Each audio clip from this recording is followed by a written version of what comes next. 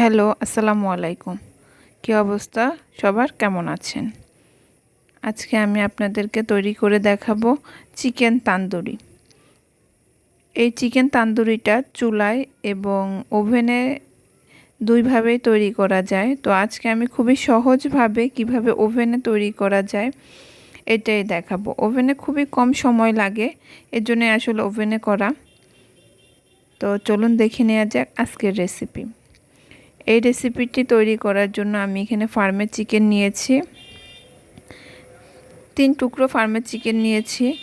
তো এবং মাংসগুলোকে আমি এরকম পাতলা পাতলা করে একটু ফালি করে নিয়েছি, এতে মাংসের মশলাগুলো খুব সুন্দরভাবে মাংসের সাথে মিশে যাবে এবং সব জায়গায় সমান পরিমাণে মশলা ঢুকবে। তো দেখুন, আমি প্রতিটা মাংসই এভাবে করে একটু চিকন চিকন করে ফালি ফালি করে নিচ্ছি।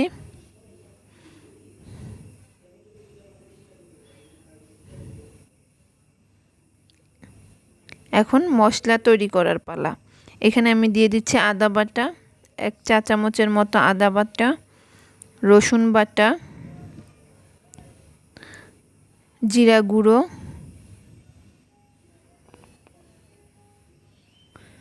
এটা হচ্ছে বারবিকিউ মশলার গুঁড়ো। আমি এখানে রেডিমেড বারবিকিউ মশলা ব্যবহার করেছি। মরিচের গুঁড়ো 1 চা চামচ, আপনারা ঝাল পছন্দ মতো দিবেন। বারবিকিউ মশলার গুঁড়ো দিয়ে দিচ্ছি লেবুর রস। এখানে আমি হাফ লেবুর রস দিয়েছি, একটা লেবুর অর্ধেক।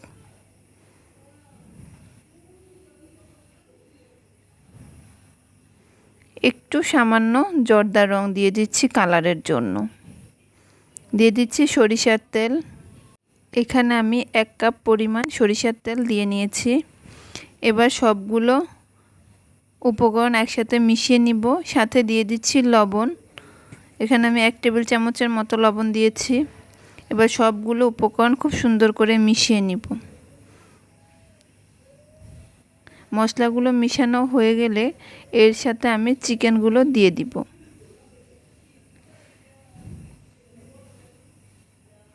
একটু সময় নিয়ে কাজটা করার চেষ্টা করবেন, তাহলে আসলে মশলাটাও খুব সুন্দর হয়ে মিক্স হয়ে যাবে। দিয়ে দিচ্ছি আমার চিকেনগুলো।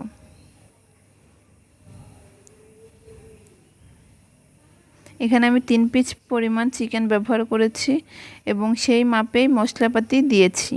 আপনারা যদি বেশি চিকেন ব্যবহার করেন সেক্ষেত্রে মশলা একটু বাড়িয়ে কমিয়ে নিতে পারেন। আমি এবার সবগুলো চিকেনের গায়ে মশলাগুলো খুব সুন্দর করে মেখে নিচ্ছি। প্রতিটা ফাঁকে ফাঁকে এভাবে হাতের সাহায্যে মশলাগুলো মিশিয়ে নিচ্ছি। এতে চিকেনের সব জায়গায় মশলাগুলো ঢুকবে এবং বারবিকিউটা আসলে খেতে অনেক মজা হবে। একটু সময় নিয়ে আমি চিকেনের ভিতরে মশলাগুলো ঢুকিয়ে দেওয়ার চেষ্টা করছি। এভাবে চিকেনটা খুব সুন্দর করে মাখানো হয়ে গেলে এটা ম্যারিনেটের জন্য আমি আধা ঘন্টার জন্য রেখে দিব। মোটামুটি আধা ঘন্টা হলে ম্যারিনেশন হয়ে যায়। আপনারা চাইলে আরেকটু বেশি সময় রাখতে পারেন, তবে অ্যাটলিস্ট আধা ঘন্টা রাখার চেষ্টা করবেন। আধা ঘন্টা পরে ফিরে এসেছি আমি আবার। এখন চিকেনগুলো আবার একটু নেড়ে চেড়ে মশলাগুলো আর একটু ভালো করে লাগিয়ে আমি ওভেনে দিয়ে দিব।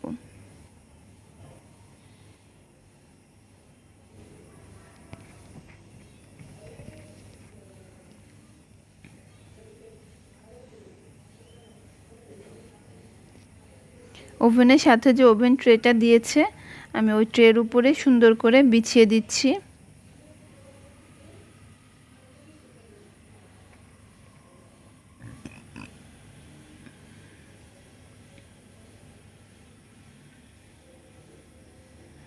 মাংসগুলোকে সুন্দর করে বিছিয়ে এবার দেন আমি এটাকে ওভেনে দিয়ে দিব।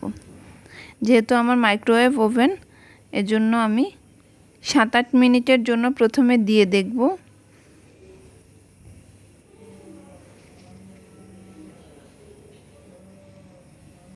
আমি ওভেনে দিয়ে দিচ্ছি চিকেনগুলো। চিকেনগুলোকে আমি 180 ডিগ্রি সেন্টিগ্রেড তাপমাত্রায় প্রথমে 10 মিনিট দিয়ে নিয়েছি। 10 মিনিট পরে চিকেনগুলো বের করে দেখলাম এই অবস্থা হয়েছে।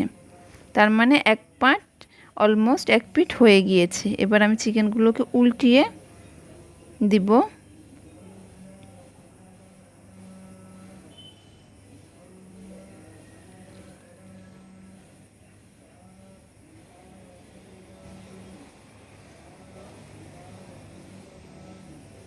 চিকেনগুলোকে আমি খুব সুন্দর করে আস্তে করে উল্টিয়ে এবার সেম 180 ডিগ্রিতে আমি আবার 10 মিনিটের জন্য বেক করতে দিব।